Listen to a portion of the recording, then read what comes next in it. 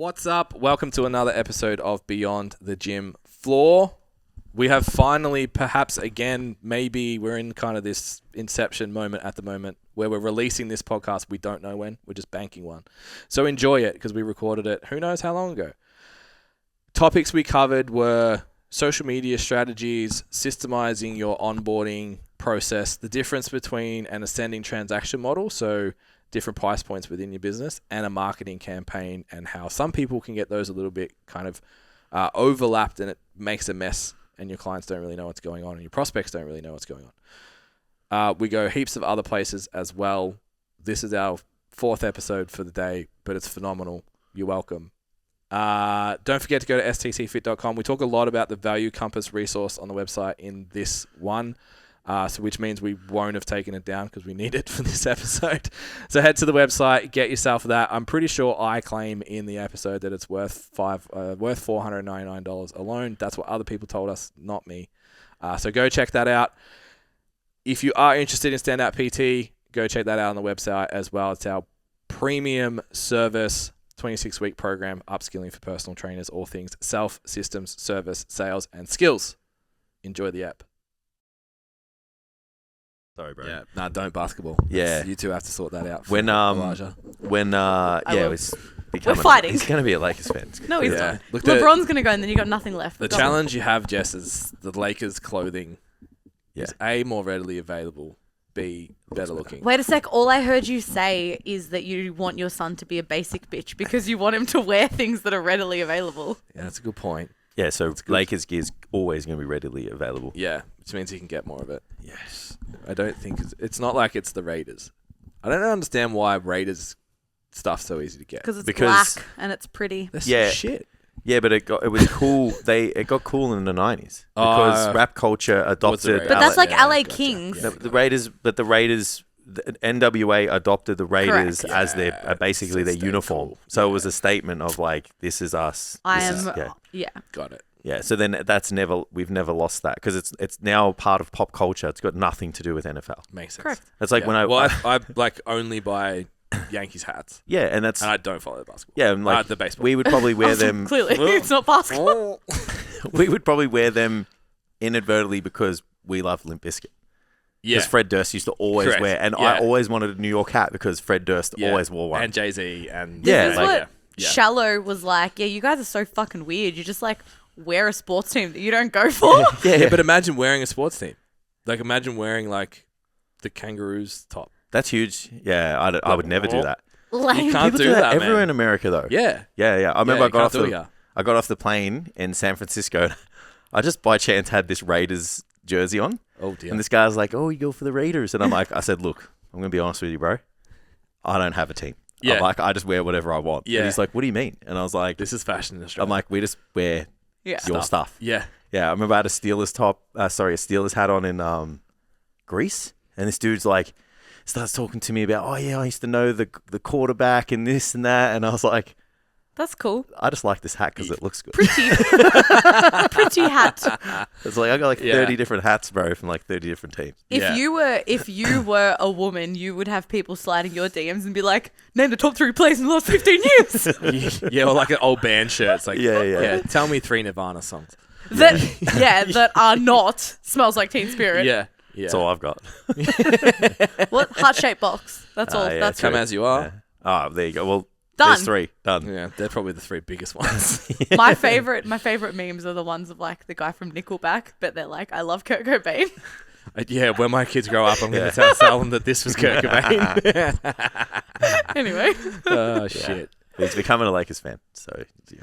No, we have to fight over this. We've already spoken. Oh, what are we got to do? The thing? We're jousting at bounce. Apparently. We're jousting at bounce. Okay. I'm going to have to train for this. There's a, what's that? The NBA. I'll practice with my barbell when I'm deadlifting. Ben, I'm adding rotation work. Everyone's doing single arm incline press machine. I'm not going to be able to rotate anything. I'm just like, I'm telling you, I'm going for the kill shot. If I miss, I'm going to fall. I've got one shot. You're better off with the jab. Yeah, I reckon the sheer inertia. Yeah. The inertia will win. Yeah. Yeah. Just push. Yeah. Yeah. All right. You can both just watch the... so when are we going to do this? Because I'm at a the day greater. after the 10,000 calorie challenge that we haven't done I'm at a yet. greater advantage being heavier. Right now, yeah. Let's go tomorrow.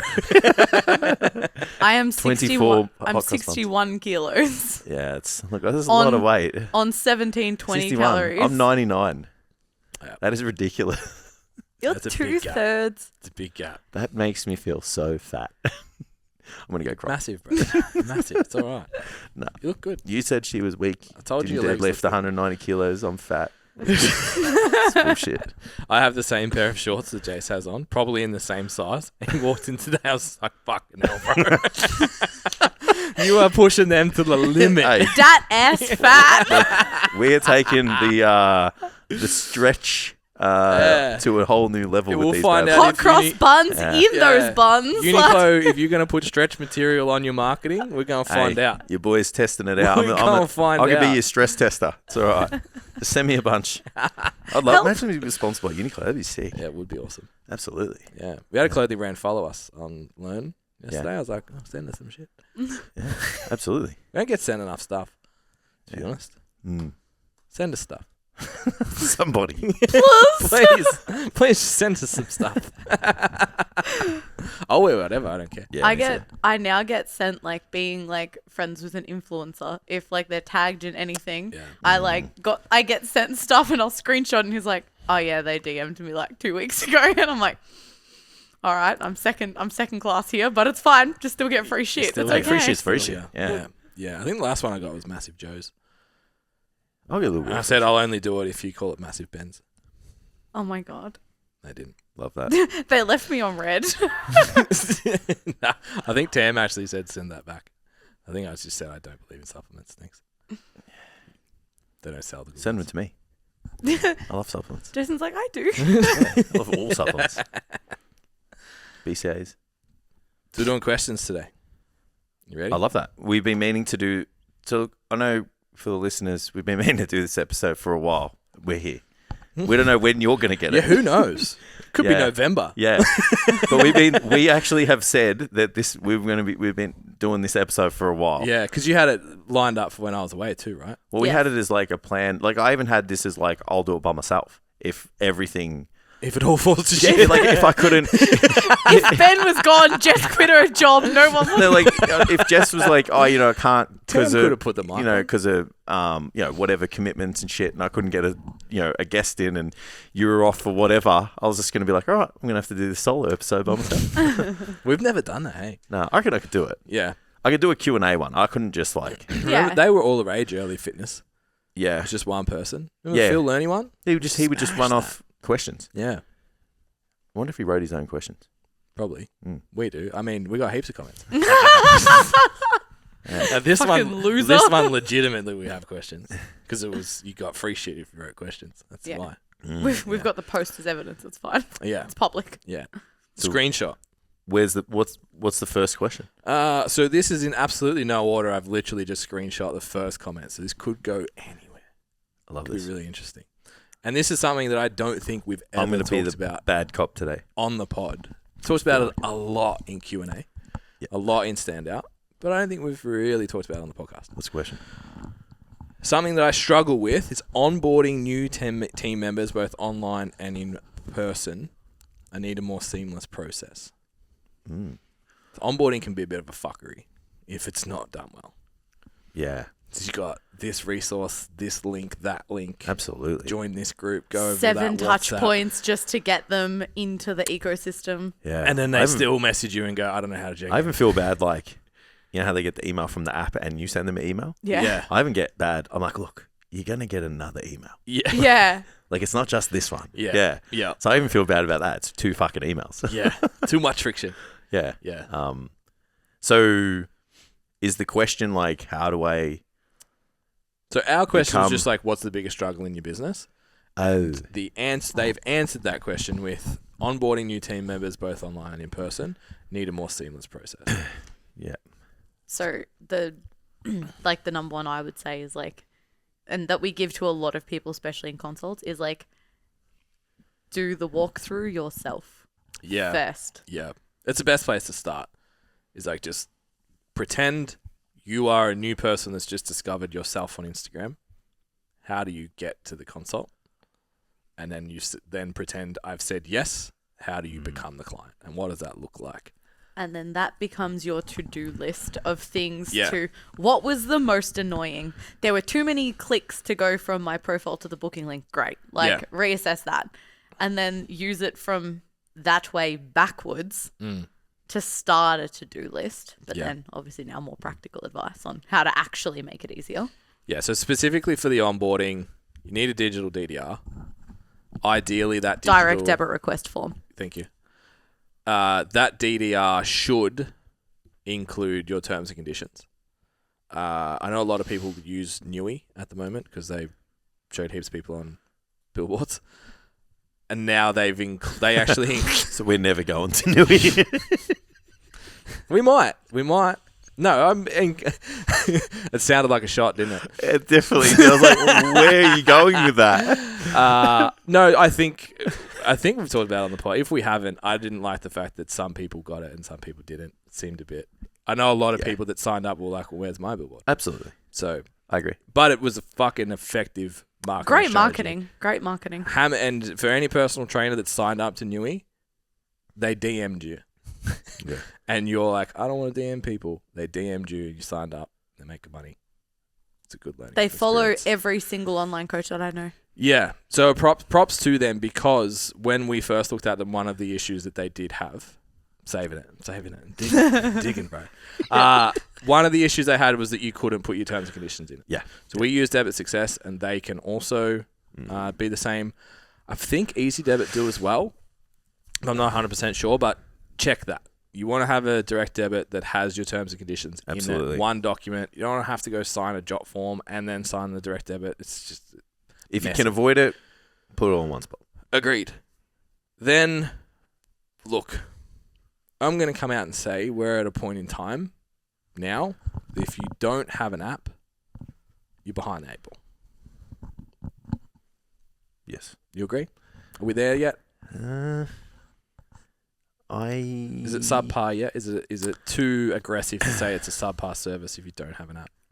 I think that if you're looking to make something streamlined and that's one of your issues, then having a bunch of tabs is not going to make it easier for your clients. I think it's very context dependent because depending on the level of athlete, there may be things that need to be tracked that can't all be put inside an app. Potentially, maybe. It's a very safe answer, Jess. Thank you so much. I'm being diplomatic. I still wish I had spreadsheets for my competitors. I won't. lie I'd about still use spreadsheet for my competitors. I just put Only what I they put need all to it. know. The data in yourself. No, I have a spreadsheet with all my competitors, and I put the information in so I can because I need to see the trend, Correct. Yeah. and I need to Yeah. see it in a way that I like to see it. Agreed. That's I don't do well with graphs and shit. I just need numbers. Yeah, I Yeah. need hard figures. So I definitely think, depending on your demographic, Yeah. if you're like a entry level coach, I think it's a great idea to like Yeah. get an app and make the experience kind of easy and clean and I think and client awesome for the experience clients. wise in terms of like onboarding, Absolutely. for the it's person. the Yeah. huge friction. But if you're a niche coach, you could get away with it because the athletes are going to be willing to put in like the spreadsheet. Agreed, but it's also going to be more time consuming Absolutely. for you and the client. Yeah. And that's not a deterrent Yeah. for a certain audience, but like given the context of the person that asked and the way it was asked and whatnot, you should probably have an app and Yeah. not confuse them and make your onboarding process. Yeah, and then in saying that, I know people that use apps. I think it's Everfit has the option to like drop feed content. And I think even Trainerize does it. You can schedule instead of having like welcome email series, you can actually do it through the chat function. And it'll push, yeah.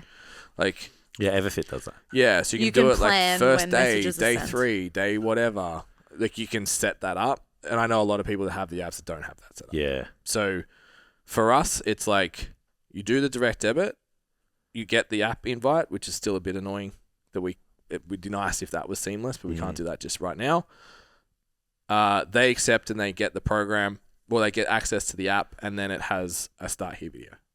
Yeah. I don't know about you guys. It's as simple as when you get into the app, go find the start here videos, everything you need's in there. Absolutely. And then for me, it's here's my WhatsApp.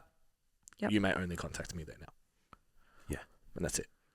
So that requires some time to sit down and then write out your process. Like Jess said, that means actually going through step by step what you want your client to do from day one. How do I enter my program? How do I enter my nutrition? How do I sync my apps? How do I check in? All of that needs to be explained really thoroughly. Yeah. In a short and effective package. Yeah. Which Jason's done a fantastic job on our app. Very much so. My clients don't ask any questions now. You've always got it covered after the 20th time. I should get really upset when people are like, I don't know how to check in. It's like, Jason told you how. So in my Absolutely. In my welcome email, as part of that, I have like a little brackets. In brackets, I've got, I know every single bit of content in those videos. So if you ask me a question, I'm going to know whether you watch them or not. Yeah. And so they don't bother not watching. And I put a wink face at the end because it's all in jest. Sass. And I'm like, I know if you haven't watched the videos because if you ask me a question, Yeah. I'm just going to tell you to watch the videos. Yeah. Yeah. And then they all watch the videos. Yes. And you have to be firm with that with your clients too. Yeah. Anything else that you can think of that would make your onboarding? I think having the archetypes that we talk about all the time. So having like intro programs for different archetypes within your business. So I know for me, I have like the stronger, lean, fitter one. I have a strength based one, and I have a physique based one. Yeah. It's like if you come, it's like you're probably gonna do this program first. For the first one, yeah. Unless there's some other, you're 8 weeks out from powerlifting unique situation. and then that's going to teach me everything I need to know about you, and then every program after that will be more and more customized. Yeah, I think the only other thing I would contribute is when you're onboarding someone, you need to have an idea of what they need to know and learn, and actually able to stack that in a way that's, for a lack of a better term, like easy to digest and receive from the client. Because like they're coming in and there's a lot of new things, and there's a system and communication and a new program and education and all of these things that they need to learn to get the best experience out of the coach. So you might need to layer that over a 2-week period. And the first 14 days, in my opinion, is the most important. Like that's going to, in a lot of cases, make or break whether they stay on after 12 weeks and how effective you guys are going to get in terms of results. You can fix it after that if that 2 weeks isn't that great. But your first 14 days is really important. So how often you touch base with them, I would argue, is really important. Like maybe every 3 days in that first week. Are they getting emails like, kind of sent out over a period of time, just being like, hey, have you tried this? Have you been here? Have you done that? Listing, what needs to be done, and maybe just like getting the bare bones in that first email of like, hey, get in there, have a look at your program, learn how to check in, learn how to enter your data. The next week it's like, hey, have you checked out all of the nutrition resources we have? Yeah. Have you tried this? So I'm not saying take that route, but I'm saying have a think about what you want that client to do in terms of their journey. Yeah. And what's the most important things in the first 14 days that client needs to know for you to get the best out of them. Okay, so this is an interesting way to introduce what you've just said. 3 years ago, we had Google Drive, that we had a document that you could copy and create a copy for your client, which had your tracker, your program, and you had like RIR charts, and a few other bits and pieces. Yeah, it's a resource. It had exercise library in it as well. That's right, yeah. And then you got added to a resource library in Google Drive, which had start here, same kind of step by step, and then it had like nutrition, training, all the resources that we'd ever made were listed in numerical order of importance that we wanted someone to watch them. Yeah. Lots of what's your email, share this, do that. Oh, I can't find it. I don't have a Google Drive. Clunky, but everything was there. And we were like, this is the fucking best service. Yeah. Because everything in it was good. At the time, it was good. So if you move from that to, cool, now I've got an application. The goal is when I go into the app, I can go somewhere and learn how to go train. Yeah. Then I can learn what all the other stuff is that you want me to do in the app, and then how to check in with you. Yeah. They're like the 3 must-have things that you need straight away. And then as you add resources that clients need that save you time from like, what should I have for breakfast? And all that, like the question you answer 4,000 times becomes a resource, becomes a video that you don't have to answer it the 4,001st time. Now we're at the point where we also have an automated email list or email sequence that's, like you said, welcome, check this out, Have you looked at this? Have you looked at this? Have you looked at this? So that for a lot of people, if you don't have an app yet or you don't have any kind of guide yet, they're like, that sounds really scary.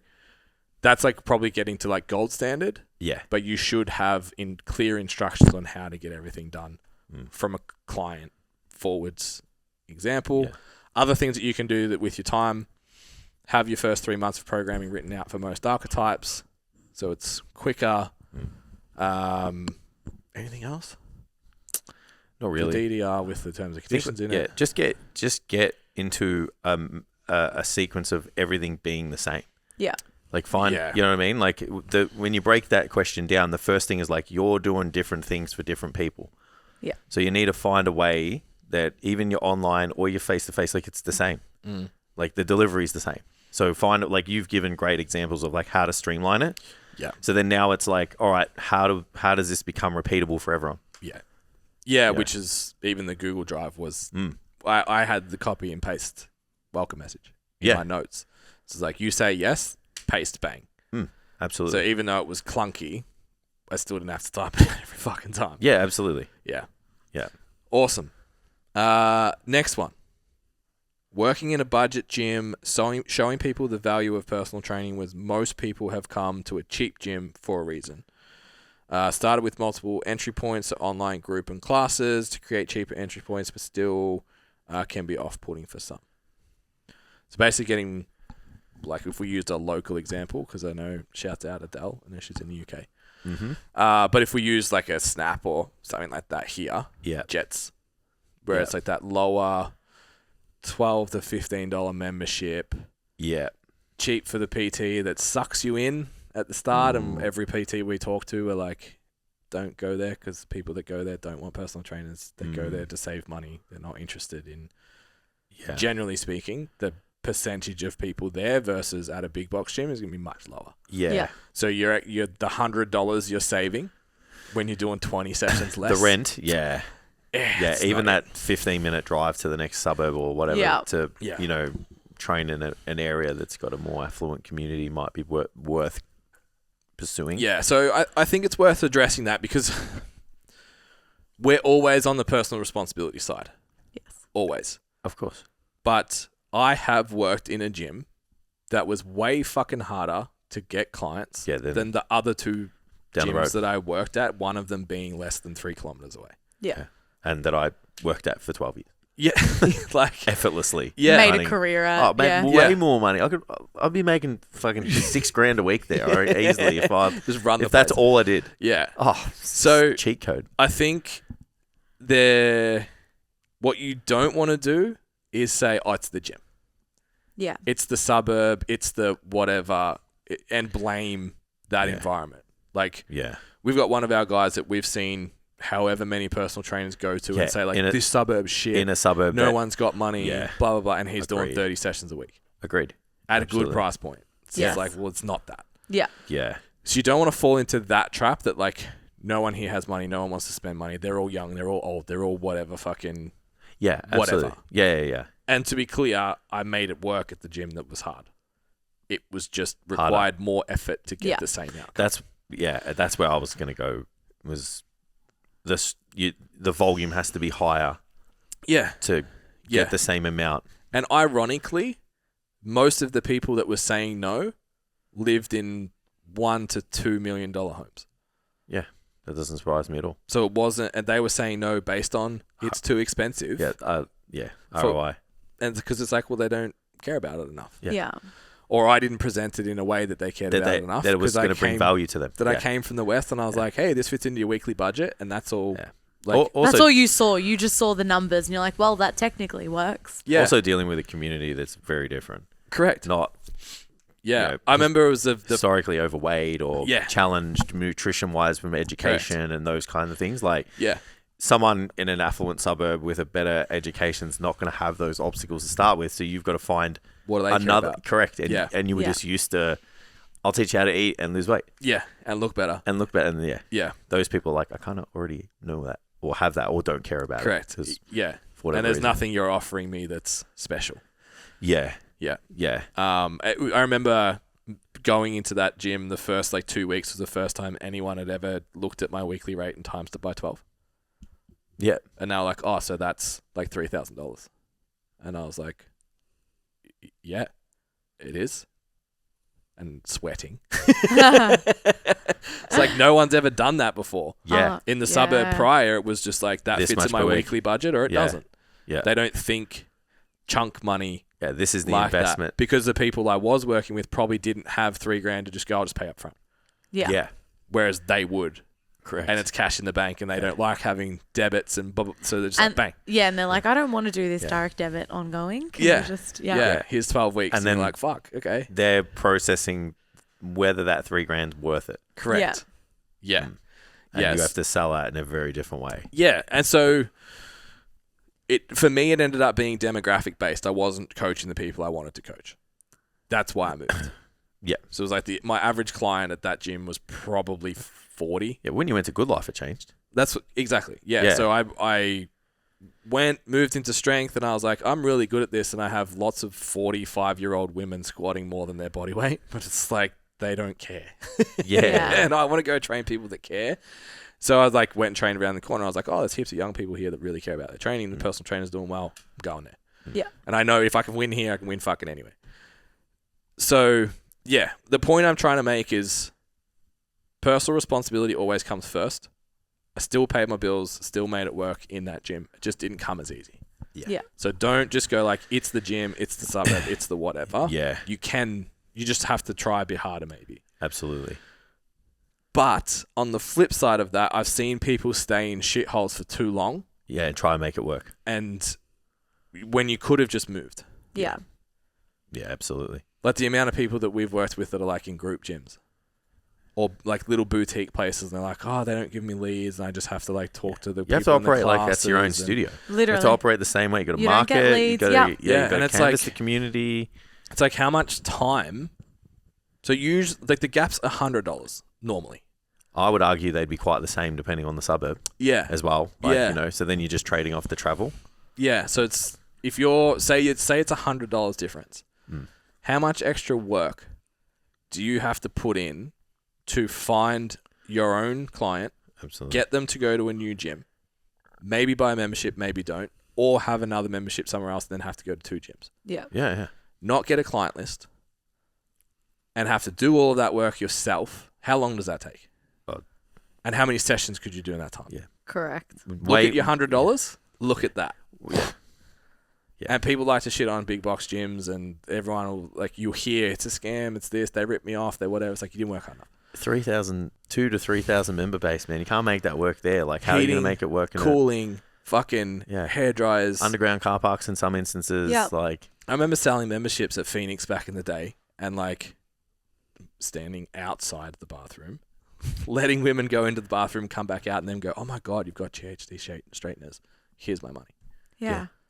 And I think people forget as well, like, that's the membership that you are handed. Like, that's the membership base you are handed. Yeah. Those people are readily available.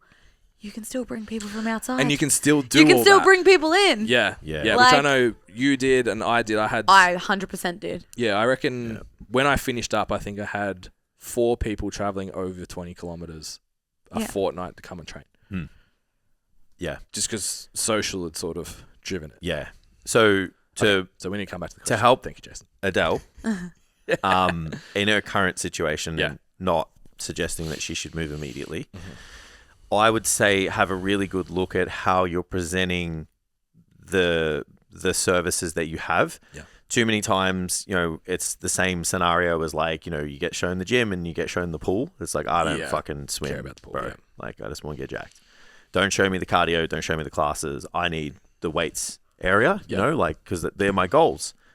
So trainers do the same thing. It's like you get a program, you get a this, you get a that, where it's like, tell me the reasons why you haven't achieved this, this, and this. Yeah. You know, what are the biggest things getting in the way right now? And then it's like, okay, so this is how we're going to help you overcome this, this, and this. Yeah. We do this, we do that. You get this, you get that. This is how we're going to work together. It's going to take this long, et cetera, et cetera. This is how it's all packaged together. And these are the options that we have. I think that you're best suited to this one. So which one would you like and when do you want to start? Yeah. it's just a totally different dynamic when you have the confidence to have a conversation like that, and you get into you show the value to the person that is directly related to the emotions and stuff that they have, towards the goals that they haven't achieved yet. And I think that there's no better way to approach a consult. You're not tricking them. You're not being conniving or anything like that. If you're a good trainer and you get results and you have a great service and you back yourself, you should be able to sit there and just be like, this is it and this is how much it costs. Yeah. I think it's also important in this context, especially if people are very financially conscious and they don't have a large budget. You obviously, yes, you need to offer them something that matches exactly what they want. But this is where things like your resources and things like being more than just a session trainer is going to provide them with even more value outside of that. Yep. And if that's something that you're self-conscious of, that you're not feeling like you're worth their time or money, or they won't afford you, making sure those, like, looking at the demographic of the gym that you're in and the general problems and grouping them into that, but making sure you've got resources to fit that as well and be the trainer for the people in that gym too. Yeah. I think that's a huge part of, like, why people come out of Standout with such better businesses. A lot of them are doing all right.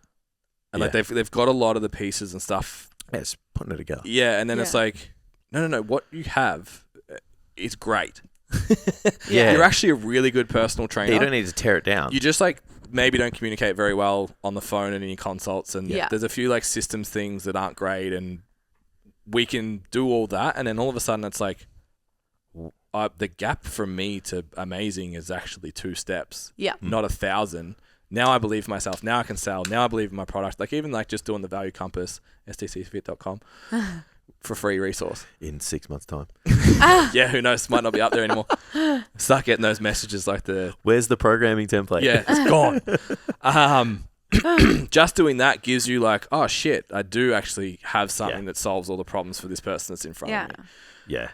A cheat code for your consults, 80% of the length of your consultation should be on the goals, the top 3 goals and the top 3 obstacles. Yeah.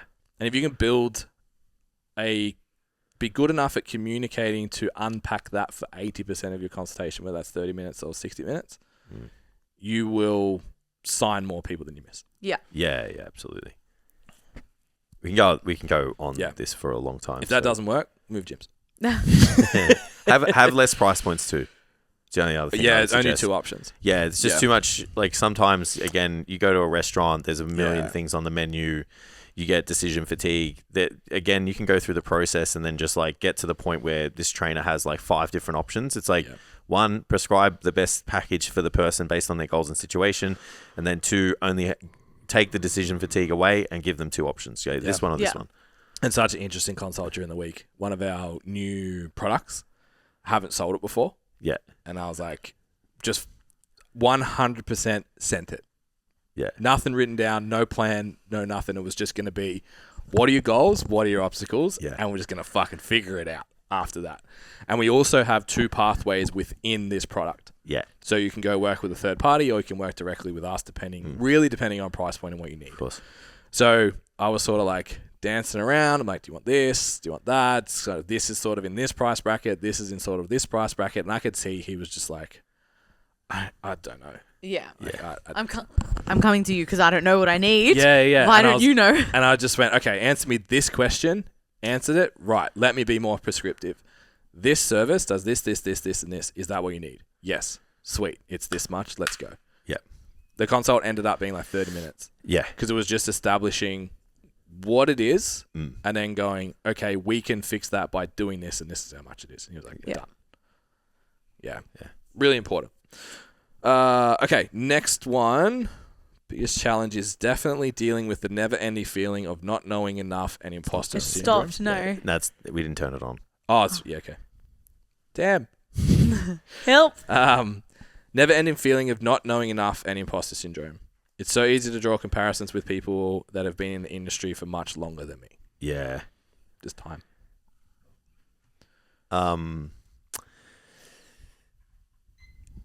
It's tough. Like, it's not tough. It's like, I think that a little bit of imposter syndrome, and if you guys have tuned into the podcast for a long time, like, you'll know that I say it goes a long way. It's good for you. Like, you should always be like kind of sometimes like questioning your development, your progress, like your skill set, like, you know, just not to the point where it's like Debilitating. yeah, like, you know, it's taking you in the wrong direction or it's negatively affecting your decisions. Like, how many times have you and I, like, our clients a week out from comp or prep, and we're both just like, oh, I don't know. Like, I've literally had the morning off. Like, I don't know how my client's going. This shit came fucking first. Yeah. Like, and I've said literally, and you've said the same. Like, oh, it's been a rough prep. Like, I'm not sure. I've tried this with this person. I don't know how it's going to work out. And it's like fucking PBs all around and, you know, white lights everywhere. Yeah. So that is an example of like even people who you might look up to and gauge your journey off their progress and think that you should have that gap closer. We're still doing it. We're still walking in like to a 3-day workshop with a room full of people going like, are we really the fucking people to do this? Like, who am I to, you know, sit there someone asked for a photo and you guys are like, with me? Yeah. It's like, who am I to sit here and tell you how to like do things that, you know, I'm like, I've done and I'm confident, but it's like still, you know, it's like I'm still trying to figure out my own shit, you know? So yeah, we definitely feel the same way. I think the one thing you don't want to do is expect to get the results in the same time frame or a shorter one or whatever. You've got to, it's no different to what we said on the other podcast. It's like, if you and I start lifting weights together, we take the same diet and we do the same everything, one of us is going to get maybe more expedited progress than the other. We throw Jess in, she's probably going to get more gains than all of us. So that is the same. Especially if it's a YouTube short. So that's the same concept. It's like expecting the same results from, you know, applying things the same way. Yeah. And that's assuming that you're applying things the same way. Yeah. You and I have spoken a lot about how we can see there are some discrepancies in the work ethic and the mental fortitude of some of the people that we've experienced from a generation that are a little bit younger than us, but they still want the outcome, but they're not willing to like endure the struggle. And I'm not saying everyone's the same, and I'm not saying the person who asked this question presents those behaviors. However, if you're not acting in alignment with the same kind of ways that you and I are, if you're looking at us as an example or someone else down the track, then like you have no business expecting to be as successful as that person. And then again, it's just like, rather than doing that, one foot in front of the other. Yeah. What am I doing right? What am I doing wrong? Do your fucking tracker, check in, have a weekly meeting, do all of the things that you should do to run your business. And then, like, sometimes I think you could question, and you should question, like, are you, should you, can you? Yeah. I think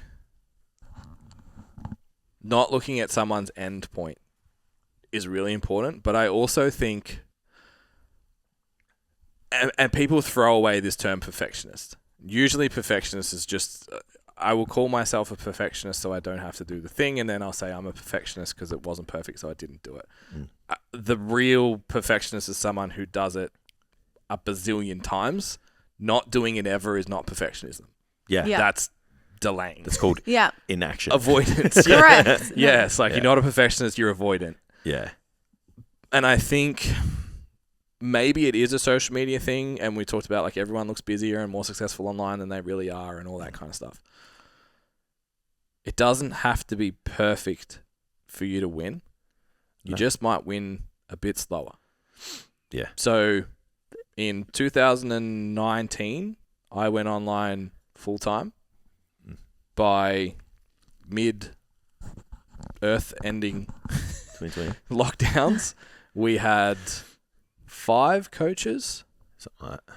Around, at the time, I believe 150, 200 clients, all of them on Google Drive. And we've just sat here and said that Google Drive is inefficient, busy way, messy way, not the best, subpar, whatever language you want to use. We had 200 clients. Like you can still win with subpar. Yeah. So if it takes you 10 consults to get 5 clients, and then you're looking at someone else and it's like, well, they close it everyone, 90%. It's like, well, they close everyone because everyone they come knows them already. Yeah. In your situation, they maybe don't even close at that because they're out of practice, for one. But when you start at the 5 out of 10, then you end up getting 7 out of 10. The only way you can do that is the 5 out of 10 first. But you still got 5 out of 10. You didn't fail. You still got 5 new clients. So go and do the 10 consults over and over and over until it becomes 7, 8, 9 out of 10. Yeah. The social fuck, man. If you scroll deep enough into my Instagram, how I had a sold out online business is fucking beyond me. Yeah. Spelling mistakes, design that's off center, just trash, man. Trash. Like if I look at it now, I'm like, ugh. Yeah. And I was sold out. Yeah. Because the content was still relatable, it was still whatever, I still spoke to the message, it still was I was good enough. I was a full-time online coach posting 2 to 3 times a week with a private profile. Yeah. Yeah. Like it's possible. Yeah. A different time to what we're in now, which is like also something Agreed. to note. Yeah. But yeah, just I had a consult with somebody like probably through this competition.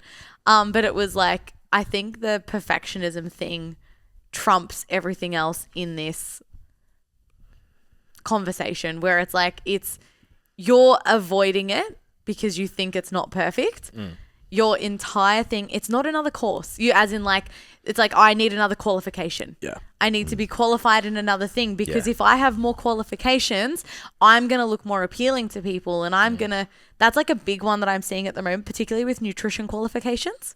It's like I need to get this qualification to be this person so that correct. And it's like people don't know what you know because you don't tell them what you know anyway. Yeah. So just that showing up, and I'm sure the people that you're looking up at, and if I use STC as an example, how many days a week is there just content going out across all of the platforms? I'm sure it's not going to be perfect for everyone. It's only going to get better and better over time, but it's like, just doing the thing. Yeah. Just showing up and doing the thing. Just the only way between it's fucking so cliche, but it's like the only way to go from a beginner to an expert is to do the reps. Yeah. You stack your own proof. Yeah. Yeah. Doing it. You know, So the people you look up to are doing the same thing. Yeah. There's just levels to it. Yeah. And I'm never looking at, this imposter syndrome thing in a light that's going to stop me from being the best coach that I could be. Yeah. And I think what you said, like we walk into rooms still with imposter syndrome. Even being new in industry, it's like we've got 3, maybe 4 gyms in the cycle at the moment. They're not like we're just coaching them. Like we're in real partnerships, legit deals involved in gyms right now. And it's like, well, I'm not Homozy. I didn't create and build gym launch $100 million empire and throw it out to fucking 20,000 gyms or whatever it is he did. So it's like, does that mean we don't do it? I think the part that you nailed it is right at the start. You said when you walk into rooms, that's what you just need imposter syndrome to not stop you from doing. Yeah. Don't let it stop you from walking into the room. Yeah, showing up. Whether it's metaphorically, whatever it is, just go into the room. Yeah. I don't know about you guys, what you use to get beyond that. For me at the moment, I don't know if it really articulates it well, but I try and lean on the curiosity. It's like, I'm going to sit down with this person out of curiosity and see if I can help them. Yeah. So I did a consult during the week, and this is proof that the first slide in the Standout PT sales document is real. It actually says, congratulations, you are a good fit. And within 4 minutes, I was like, she's not a good fit for Standout. There you go. It's not going to work for her. So then it was like, okay, we're here for an hour. I promised you an hour of value. Yeah, what can I do? So let's go. Yep. Yeah. I'm curious how I can help you. Turned into another gym conversation. And another pathway for another product we have in the business as well. And it's like, it was really fun and we had a mutually beneficial conversation. B, created a potential partnership. C, a potential program delayed due to travel and stuff. But it's like, just be curious. Yeah. What value can I provide in this room? And we spoke about like that mentoring session about being able to just be like, how can I be valuable? Yeah. And just keep asking, how can I be valuable? How can I be valuable? How can I be valuable? And you will be. Yeah. Quick break in the episode, guys. I just want to ask you one question. Are you running a business or are you working a job? Running a business means thinking like a business owner, having systems that do all the grindy work for you, a service that's guaranteed to get your clients results, social media and referrals that are driving business to you, and getting leads that you always close. If instead you feel like you're lost, you're stuck, you're at the mercy of your clients, you're just working another job. If that's you, you need to check out Standout PT. It's our signature education program, a 26-week online course designed to take you from working a job to actually running a business. The average coach that goes through Standout PT and completes all the modules gets a 300% increase in revenue inside their business. We have weekly workshops, weekly Q&As, and over 30 units for you to go through, all with text and video to make sure you're totally covered for everything you need in your business. Just head to stcfit.com, navigate to the Standout PT page, and book yourself a free, no obligation discovery call and see if Standout PT is right for you. Back to the show. I'm going to skip this one because we're going to do a whole episode on it. Scaling my business. Yeah. Great engagement, but I don't know. Or actually, we'll answer the second part because they mean different things in my head. We're going to do an episode on scaling your business in terms of bringing on other trainers once you're sold out. Have great engagement, but now how do I bring in clients? Yeah. So it's a different question. It's like, got a big following, everyone's interested, but I'm not getting the clients. Okay, go. Well, firstly, I think you have to go with like, are you asking them, are you showing them that you're available? Is there a really easy kind of pathway to working with you? Most coaches don't have like a really efficient ecosystem, or they don't have one at all. They just have like an Instagram page and maybe. How do you know about that, Jace? Because I do. I have invented Standout PT because we did it for 7 years. I know, and then I also fixed it because we invented Standout PT. Yeah, that's it. Ours. We made it. So yeah, like I know what it's like to just put out a bunch of information, get a bunch of people saying it's cool, they like your videos, that was funny, you're smart, etc. So for context, episode 122 was our first sale. Yeah. Of the pod. Yeah. That's 122 hours. Yeah. There's a lot of Instagram content that wasn't from the pod as well. Yeah, a lot of people coming up at workshops and shit going, your videos are great. Blogs and shit. Thanks. And all that. You guys are smart, etc. So yeah, I think you need your audience and your prospect base to like know that you're open to taking people on. They need to know what they can expect to get from you. They need to be able to identify a specific outcome with your expertise. They need to be able to kind of apply in a really seamless manner.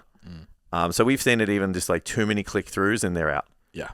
So you got to be able to, almost just be like, touch this button and you're there. So I think those are the main ones to get started. And then after that, if you're getting engagement, like what type of engagement are we talking about? Yeah. I think we've gone through this automation age, and we even saw it in Standout for the last couple of years where everyone was like, how do I automate? What should I automate? How do I, you know what I mean? Like even that question of onboarding, it's like, it's similar. Yeah. There's ways to sort out your onboarding, but everyone wants to automate. Well, I'm just going to post the thing and then I'll walk away and someone will pay me. Yeah. And I think with what I'm seeing and the feedback we're getting from the students is it's actually getting more hands-on for trainers, not less. You actually have to reach out more than you used to. Yeah, you have to engage more than you used to. You have to... Yeah, absolutely. Yeah, you have to show an interest in these people's lives for them to even care. Yeah. Especially in the online world. They can go to you, they can pick some coach they like from the UK. It doesn't actually matter. They've got to like a person that's going to A, get them the results, B, that they know is going to be invested in them. And the easiest way to do that is some coach from the small suburbs of Melbourne is by letting them know who you are and that you give a fuck. Yeah. And that when they click on your profile, they can see the rest of those things. What value are you actually giving these people as well? Because it's all good and well to have engagement where people just gas you up. Yep. Especially if it's other coaches. Yeah. But you've got to be able to kind of give these people value, and it's where are they going to get it? It's so hard to answer that question when you don't have the dominoes lined up. Yeah. So it's do you have resources to give people? Are you doing a marketing campaign? Do you give them lead magnets? Are you, do you have that ecosystem I spoke about with everything lined up so people know where to go and work with you? Are you really clear with your message? Yeah. Do people really know what you do? Yeah, I think at least using our own story, like I said, we posted, I would say on average 3 times a week across personal channels, the business channel, plus the podcast on average a week. It was lots. For really long time. It would have been 4 years. And literally all we changed was we started telling people we had spots available. And that's it. And it actually really pisses me off when... We did that, and then we told people that, are you this person, and do you want this? Correct. Yeah, so we identified who we wanted to work with, and we started talking to them. Yeah. And then we started saying, like, hey, come and do training. Do this. Instead of just like, here's a really cool podcast, see you later. Yeah. That's why we cut the ads. Like, we have to tell you that we have something for you to buy. Yeah, it's like the lead thing we spoke about. It's like your clients don't know that you have spots unless you tell them so they can tell their friends to come train with you. Yeah, 100%. They think you're busy. Yeah. So, and it actually kind of annoys me a little bit when the top 0.1%, they're not even 1%ers, top 0.1%ers rag on trainers saying 3 spots left, or rag on I'm looking for 3 people who, and that kind of stuff. It's like, yeah, they're cliche and they're business guru-y, and I wouldn't recommend using that all the time. Unless you legitimately have limited spots, don't write it. Yeah. Like, it's a bit ick, but it's also better than Not what they do, which is not ever invite anyone to buy anything because they're fucking dominating. Yeah. And like the person I'm thinking of is like one of the most charismatic humans ever to enter the fitness industry. That as soon as they speak, you're like, holy fuck. So it's like, well, of course you don't, man. Like, you're an absolute outlier. Yeah. To everything. Yeah. It's like, if you want to be good at football, don't base your training around Dane Swan. Yeah. Like, nose beers aren't the way to a Brownlow. You know what I mean? But it's like, it worked for him. Yeah. Maybe don't copy it. You know what I mean? It's probably not all the other people that made it all kind of followed getting in real good shape and being disciplined. Yeah. So don't allow that noise to scare you, and what other coaches will say and other coaches will think scare you from actually telling people what you have to offer. Because we did for ages. Yeah. Someone that I had a consultation with, she said, like, she's been a coach for like a little while now. She does like hybrid face-to-face and online, mainly face-to-face, trying to get online. She posts consistently that like she's offering online spots and like it's all open. Even after months, she's had her own face-to-face clients be like, yeah, but what's an online coach? Yeah. And like they're her own clients that engage in her content. So if you think that people are sick of you or sick of seeing that, it only matters that the one person that needs an online coach sees it when they need it. Yeah. You just see it a lot because you follow 100 coaches. Exactly. And when she said that, I was like, fuck yeah. Like, how many times can you tell your clients something about high protein food? And then they're like, yeah. Or I saw this and it's I found this macros yogurt thing. Yeah. This Like, person told me. You're just so sick of seeing it and you're so self-conscious of it because you're comparing it to the fact that you're like, well, there's been 7 call to actions in my stories that I've seen today. It doesn't matter. You just need that one person to see it in your feed at the right time. And it's not at the right time if it's not being posted. Yeah. The only other thing, engagement's great.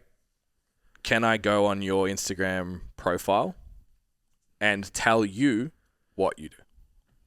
Yeah.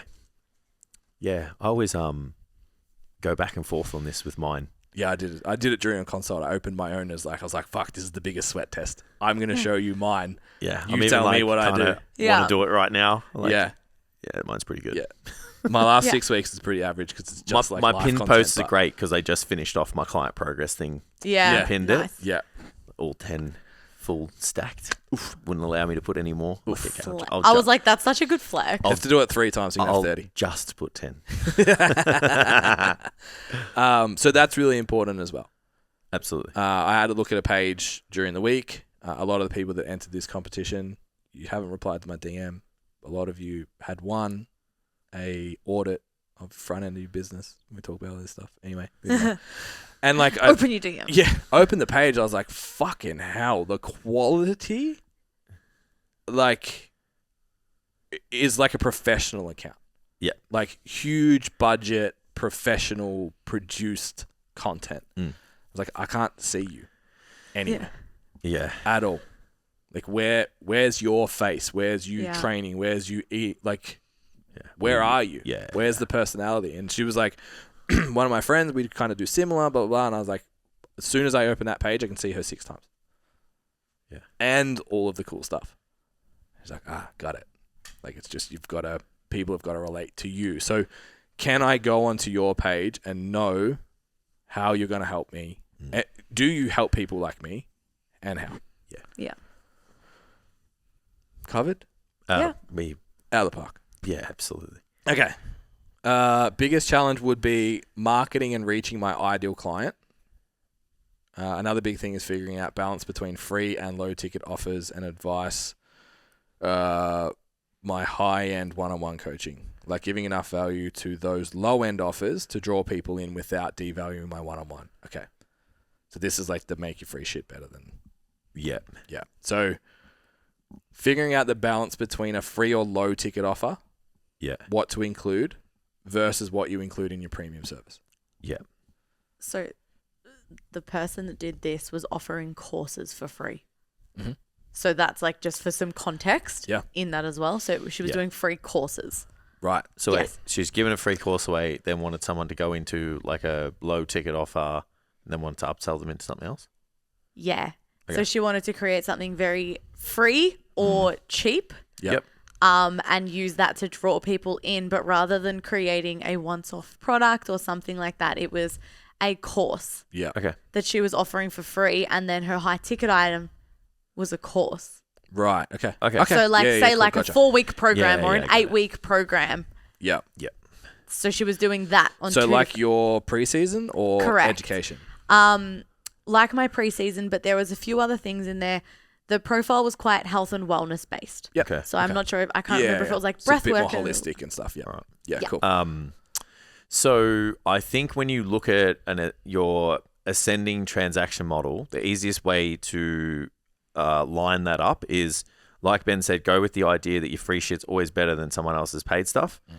Absolutely have to go in, because if you're getting someone to opt in, even just with their details, like a transaction of something, whether it doesn't have to be money, they need to come out with something and be like, wow, this is great. This solved X problem for me. Now, the key to getting someone to move up is that resource needs to solve a problem and it needs to create a new one. Yeah. And then that's where you go, okay, so this free resource solved this, but it created this problem. I need to highlight this problem to that person, and then I need to show them that they need to come over here in order to solve it. Yeah. You know, I'll help them solve it. Now, obviously, that's a next tier up. Yeah. There's probably some form of transaction of funds, and it's, you know, maybe a moderately priced kind of investment. You also need to maybe then go, what's the next problem that we solve? Yeah. And you know, sometimes they can a product can highlight multiple problems. Like we have, up until a point, problem, solution, and then once they get to here, we have you have all of these so specified. correct. So and we only just solved that conundrum last year. Yeah, we even made a product that we shelved and then just accidentally sold. Correct, Because it turned out that we knew it was going to be a problem. We just didn't have the. we thought we solved the problem and created a product that was useless and cost us money. Yeah. that we just added to the actual product for free. Yeah. And then added a million other products because we realized that that's not the problem. Yeah. So like that's an example of like, you're not going to get it right the first time. Maybe it's going to evolve. Yeah. But I think that's the best way to kind of like, if you look at, the course, this course is like, this course is for this person, like the preseason. It's for this person. It's to solve this. It's to get this outcome. It's to do whatever. Okay. So now I have a person that I'm speaking to because this is made for this person. Mm-hmm. So now I need to make a free resource that's going to highlight an element within this preseason course that's going to get this person's attention, give them some value, and be like, hey, this resource isn't enough. Mm-hmm. You know that you need some more time and we need to work on some other areas. This is what you want to, this is how you get involved. And maybe like as a little nice kind of smooth, transition, if you cash this in, this is what you get from it. for context for that one, it was everyone got the same program. And there was like lesser accountability because it was only fortnightly touch points. Yeah. Leaving the problem of, cool, I liked this program, but I want to work more on X, Y, Z. And I'm already good at this, but I want to be better at that. And I'd really like it if I had more accountability. Absolutely. Great. Here's coaching. Yeah. So let's do Inside Sports again. Mm-hmm. You go to stcfit.com right now, hopefully still. Depending when this comes out. Might have vanished. You go to the Value Compass or whatever free resource we have available right now. Yeah, even if you go to the personal training site, there'll be something. There'll be a sleep resource, there'll be a muscle building guide, there'll be maybe a body transformation guide again by that time. Yeah. So you do the Value Compass. We know that Value Compass, that 45 minutes, I think it works out to just content plus your time to execute it. I think it was 2 hours of the intensive weekend. Everyone who did that in the intensive weekend said that this section was worth the price of admittance, which is a $499 ticket. And everyone said this alone is worth that entry fee. So there's a $500 product on the website for free right now. Yeah. It also happens to be a module out of Standout PT. Yeah. So if you go in and you do it, you get to the end of it, you're like, wow, that was fucking better than the other business guru that I went and saw who just read out of a book and whatever, didn't really solve any of my problems. This has shown me who I work with, makes me feel comfortable in what I do. It shows like how I get results, obstacles, what my business really is. We're talking about like sales and confidence and stuff before. It's like, oh, now I have that. I also have direction of what to post with on social media because I just wrote it all out on a page and now I know all of this stuff. When it comes to onboarding, I know what that needs to look like. I know what those programs that I said, I need to write 3 for my archetype. What the fuck are you talking about, Ben? It's like, well, I know who my archetype is, so I can build that. Yeah. It's like, that's a lot for nothing. Yeah, absolutely. So then it's like, okay, so you can book the call. Then you're going to come on a call with me and I'm going to say, what are the 3 biggest obstacles in your business right now? And why are they a problem? And I'm going to hang my hat on 45 minutes of absolute heat that no one's ever told you before. And you could end before I even get to sell you Standout PT and walk away and improve your business and make more money. And I'm like, have never done a consult that I haven't been able to achieve that. Yeah. Then I'm going to say, okay, this is Standout PT. This is the product. Come and do it. Yeah. That's the flow that you want with the resources stuff. It gets complex when it's like, this is a cheaper kind of diluted version, then it's the thing, then it's like... Yeah, I don't really know if it works really well that way. Yeah, either. I think what this person's kind of confusing is an ascending transaction model and a marketing strategy. Yeah. And so I think that your ascending transaction model is not about devaluing your business. Correct. So you don't want it to be like, this is less value for... It's not a regressed version of the thing that you want. It's a sub-fraction of what it is. Exactly. That's solving a problem and creating a new one that's... Because everything's more extensive. Yeah. So the value compass doesn't take away from the value of Standout PT. It's valuable in and of its own right. And it's like, we've had guys do it 6 times and they say every time that they learn and it gets better. Yeah. So there's no loss to coming to that workshop when you do get to do it in Standout PT. Still really valuable. Then, when you finish Standout PT, there's half a dozen products, services, that when you get to the end of Standout PT and you've now achieved everything that's in there that we did, we went, well, we needed that, we needed that, we needed that, we needed that. And we have all of them. So that's an ascending transaction model. The free resource into sale is the thing that happened, like, whether it's part of your transaction model, I would argue it's not because you're not actually doing any transactions. Yeah, of course. Versus, and I don't think, we talk about this as, Jace does a really good presentation on this. I think you did it in the intensive. I don't know if it's in Standout. Maybe it's in the service module, where we have tiers of service. Yeah. Most personal trainers come in at tier 2, whether it's online or face-to-face. Yeah. And And that's like your core. We would probably suggest if that's not full, you don't need a transaction model, an ascending transaction model. You don't need a lower price point option. You don't need a bougie high point, I created a problem, now I solved it, outcome kind of thing. You don't need those stages until that thing's full. I see a lot of people like, I'm going to do what Jess did and sell preseason, 8-week program that I'm going to get. I can't remember how many you had in there, maybe a dozen. Yeah, 10 people that weren't clients. Yeah. Yeah. So I want to do something like that now. And I'm like, cool. And my goal is to get clients on the end. Okay, so you don't have a full book yet. No. So you don't know how to communicate to fill your book yet. No. Okay, but you want to sign even more people up just at a cheaper price. Yes. Okay, so you don't value what you do and you're just trying to find a way to reduce your price. Yeah. Yeah. Okay, let's not Because do what happens that. at the end of that if you don't have the ability to communicate? Correct. So let's fill Yeah. your primary service. Then it's like, well, I can't fit anyone. Not no one's willing to pay me what I want to charge. I can't fit anyone anymore. Yeah. Now let's introduce our training app or our pre-season or our whatever entry-level product. And then inside that, you'll have people that'll be like, I really want this. Yeah, I can see how you're like what you said before, like they may be mistaking it for a marketing strategy. Yeah. Because a marketing strategy is different to having tiers around your service that people can navigate to. Yeah. Or just like maybe need or don't need. Yeah. Because like you said before, like we have multiple services. Like you can work with Jess, you can work with us, we can do Standout. Like there's a million other services that we offer at the moment.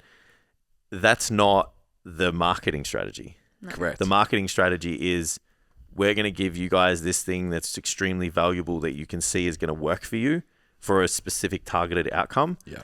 You're going to like it. There's going to be steps there to contact us. We're probably going to be able to contact you because that's just how it works. And then there's going to be a line of communication where we're going to be like, hey, we can solve this problem and this and this and this that you've presented with your problems. And this is how we do it. Yeah. With the course, or maybe, maybe that's what this particular person is talking about. I think this particular person would benefit extremely from doing the value compass. And rather than trying to speak to 7 different people and putting many different nets out to see which one's going to catch the fish, know which fish you're speaking to. Yeah. And then backwards from the values compass. Use the right bait. You have a audit call in your DMs that you need to answer. It's in there. Yeah. I think that's really important for everyone. I hope everyone kind of takes that away of like your marketing strategy and your transaction model are not the same thing. No, not at all. Providing a taste of what you do somehow, PDF, workshop. In the full capacity that you do it. Show them that you can help. Not like, I can't help you fully because you're not paying for it. Correct. Yeah. Yeah. Yeah, it's like getting on a consult and being like, oh, I'm not going to tell you that. Correct. Because if I tell you that, you just go and do it for free. It's like, no, if you tell me that, I'll buy it. Yeah. Yeah. Like, What else can you tell me if Yeah. this is what you're doing for free? That's like, I think that's the whole thing. It's like, wow, if you can do that for free, what are you going to do when I'm paying you? Not, yeah. Absolutely. yeah. We paid for a course once that in the the close call got the only tip that we used from the entire course. The course actually turned out to be trash. Standout's not like that, I promise. Absolutely. But it was like that free, we look back at it now and be like, it was worth it for that one thing. Yeah. Was worth the fee that we paid because of what it did in our business. And it was a free piece of information in the consult call. And I still look back at it and I don't think that like that was a waste of money. I'm sad that the course sucked, but it was like, it was worth it Yeah. on the back end. So yeah, don't be afraid to just be really good. Yeah. Absolutely. One more? One more? Another quick break in the episode because we have a new service for you guys. We know your Instagrams suck. You're not getting the leads you want. You're not getting the engagement you want, even though you're spending hours per week on content. STC's Instagram management service is designed to take the stress out of guessing what you need to put on social media, give you direction, and actually start getting the leads you want and deserve in your business. We can even do the content creation for you. All you need to do is head to the stcfit.com, navigate to Instagram management, book a discovery call, and we can work through what you're doing well, what you need help with, and find a solution for you. Okay, so we've got content twice in a row, which is a huge topic. I was just about to say, how specific is the question? That's almost an episode in itself. Yeah. Is it a specific question or is it just content? Because that's like... Definitely socials for me, planning consult and following through with the plan. And then the next one, content and getting in front of the target market with confidence. Okay. They're the two questions. All right. So maybe for funsies, what's your current Instagram social media strategy? So my current strategy is around the muscle building cheat sheet that I've created. So it's all about building muscle. Yeah, so you made a PDF Yeah, that people so- can opt into. So I made a PDF that people can opt into. Then they get a sequence of emails that go over, little bits and nuggets of information and other places that they can learn more. I've written blogs and articles. We've done podcasts and there's stuff on the YouTube channel. So the emails are just like, hey, you want to learn more? Go here. You want to learn more? Go here. These are the results that I've experienced with my clients in the past when it comes to my method around building muscle. And then obviously in the last email, it's like, hey, this PDF, it's got enough information in there for you to succeed, but it's not personalized to you. There's no plan, there's no structure. Come and join the team. You've seen the results that we can get. Yeah. And there's a little bonus on the other side of that if they do sign up.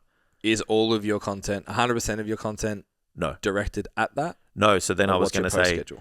so there's always 2 posts that are for that I create. Yeah. And then we have obviously content that gets doubled up on STC Fit. Yeah. And STC Learn. So some of that can be a little bit different. It's like a content post that we're in the gym and I'm showing my job and how good I am at it. So I like the value of just see that me good doing the thing. Mm-hmm. Lifting weights, instructing you or whoever about my main skill set.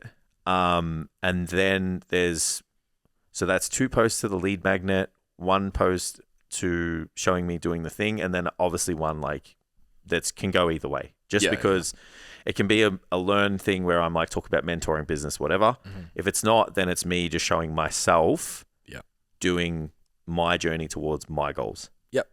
Yeah.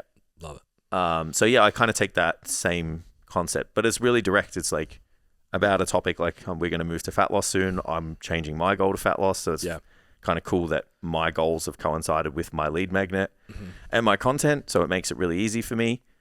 And then it's just all about fat loss and, obstacles and emotions and things that people experience during those periods. And then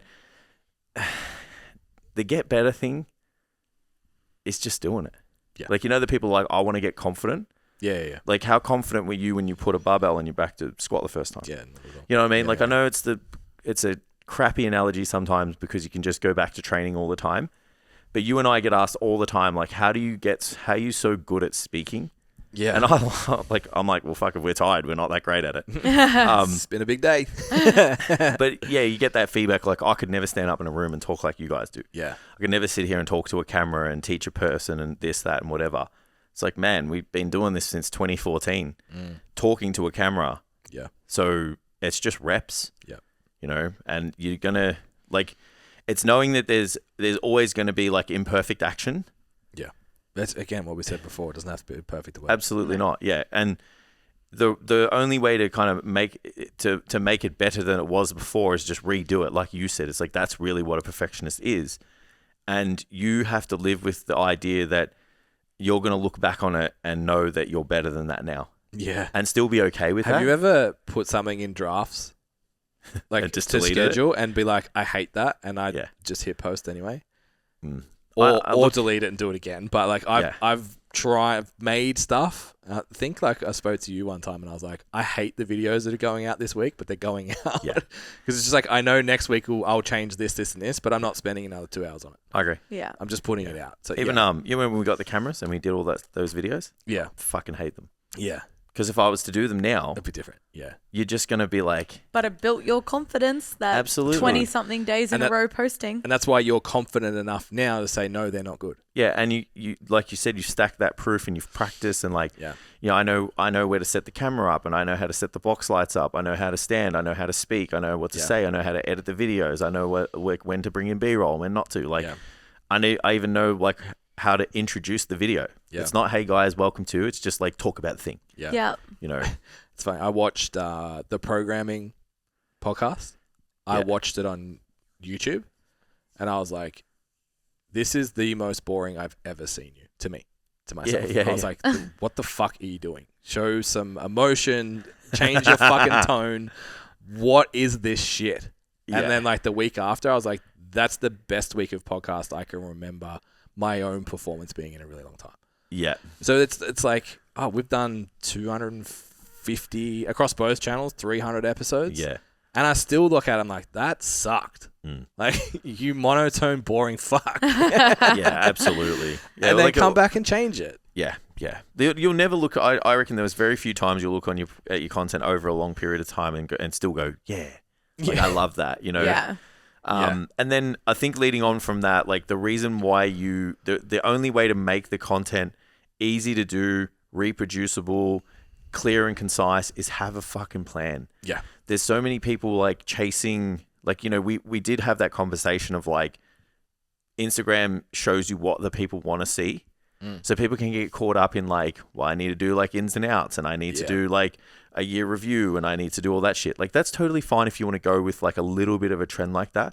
But like sit down and actually have a think about what it is that you're going to do, how you're going to talk about it, how's it going to be packaged together, how long is it going to go for, all of those things and make them consistent. Yeah, I think from a generating clients standpoint, posting the plan will be more successful than the trend. Oh, absolutely. And then the trend is secret sauce. So say like I want to talk about, so we did sleep today. So let's say my content's going to be driven towards sleep. It's not, but let's say it is. Yeah. So it's like, okay, ins and outs comes up as a trend. Yeah, talk about. It's like, so setting my room at a certain ins temperature. are fucking sleep wake time. It's this, it's the outs are phones before bed and like not doing. You can make it relevant. It's like the plan's there. Absolutely. I just added the trend on top, so the message was clear, and that's what actually kicks off. It's not some like, I've got to make it in and out. I've got to do text over my video, and it's like, cool. The trends are useful, but if you're focused on the trend, not the message, you're cooked. Yeah. And I think understanding that your content is also for the long term at the same time. Yeah. So like I know that someone like every now and then you'll just get that like that is from a piece of content you made like 3-4 weeks ago. Yeah. So you know that it's like either popped up somewhere or someone's like ex-girlfriends in the scroll. No, I don't have from a couple of of years my ago. life for fucking half my life. I don't have any of those. Happy anniversary for tomorrow. That was ages ago. Yeah, thank you very much. 18 years. Yep. Very proud of myself and my wife at the moment. So yeah, it's like you're making it for the future. So you're making it so that someone lands on the page and is like, oh, this is sick. Or they see a post and then they go there and they're like, oh, there's so much stuff here that like is awesome. I love all this shit. Like can't wait for the next thing that they come out. Yeah. So let's say you post and we talk about how like sometimes there's posts that nurture your audience and sometimes there's posts that like just go off into the webosphere, the social sphere, and you're trying to bring more people in. So sometimes I'll post a before and after and it's got nothing to do with generating new likes or whatever. I just want someone to come to my page and they're like, fuck man, like this dude like he can do it. He does the thing. Yeah.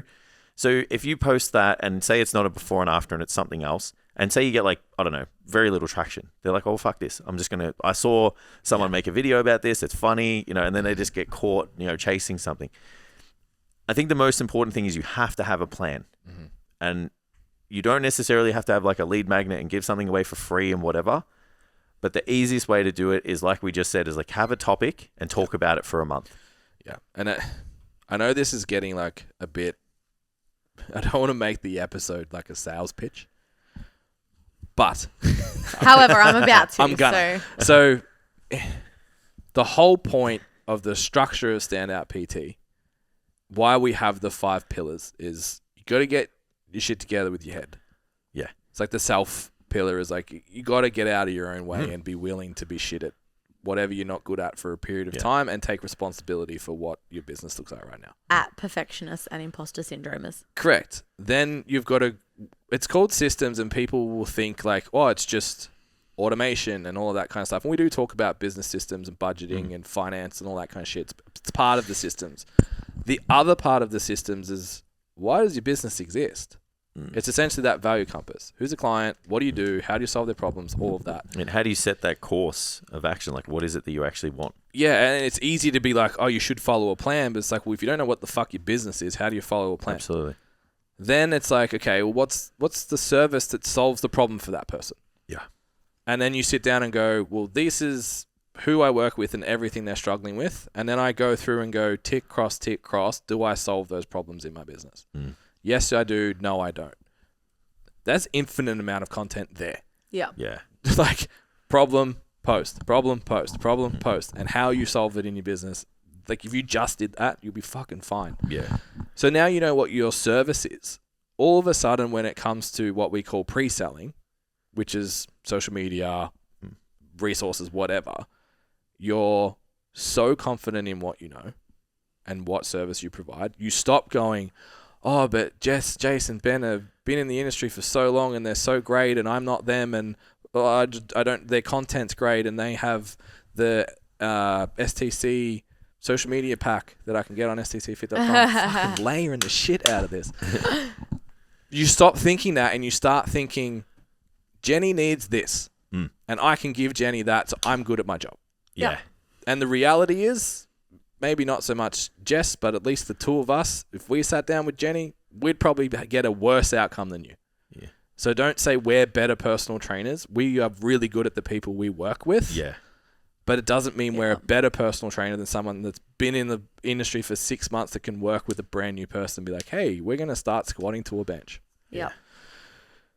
Once you have that, now you can go, this is the plan. This is what I'm going to do. And then obviously Standout goes on into how to close them and systems and all that shit. But I think we talked about this in the other podcast. We start playing the game of Instagram. What is the game of Instagram? It's vanity likes, it's engagement, it's all of this stuff that if your goal is to build a business, makes absolutely no difference. Yep. Yeah. They're data points. Like you don't... What's a good example? It's like doing random workouts and you get a random... Like, what you lift if you're doing bench press once every so often, randomly for 3x5 and then 3x8 and then 4x6 and whatever it is, doesn't matter what you're going to lift. It's the same with like random posts. It doesn't matter if a certain post got better engagement, if it's all randomized and you're not going to be able to put together what Yeah. the actual plan is. You Like, quantify the results, can't quantify the effectiveness. Yeah, you got a sick pump doing cable flies once, didn't give you a big chest. yeah. And then I was like, oh, that was cool. Now I'm going to go get a sick pump on my quads. Like that's not building a physique. It's the same with Instagram, chasing a trend, chasing shares, chasing whatever. If there's no inquiries, it's failing. Yeah. Yeah. And something needs to change. Yeah. The audit thing is, again, if you struggle with social media, you need someone to look at it and then you need someone to help you with a strategy. Yeah. It's very straightforward. The rest of the stuff is just reps. So you'll build the confidence in the stack of fruit. Proof. Can you tell we've been talking for 6 hours? You'll build that stack of proof with the reps. Yeah. You've obviously invested in development. You've asked a question. You've taken the courage to go out and say it, into the webosphere. You need a plan. You need a plan, and you need an audit of what you're doing at the moment. Slay. All right. I was going to do all of our strategies, but that was fine. Covered That's fabulous. Nailed it. Very well done. Gold standard. All Jonathan. right. There's still I think we got through 5 of 48. So there'll be more Q&A episodes. Amazing. Either coming or have been. Who knows? Yeah, we'll see. You don't know when these are going to drop, guys. We'll keep you guessing. If you see Tam go overseas, yeah, there's a good chance Q&A episodes are coming. Mid-year, new financial year. See you there. Doesn't matter when it lands. Perfect opportunity to hit the subscribe button. Join the mission that is beyond the gym floor. This is your time. Do it now. Absolutely. Hit the button. Dogs. And we'll see you next time. Thank you, guys. Thank you, Jess, Peace for coming out. Thank you, Jess.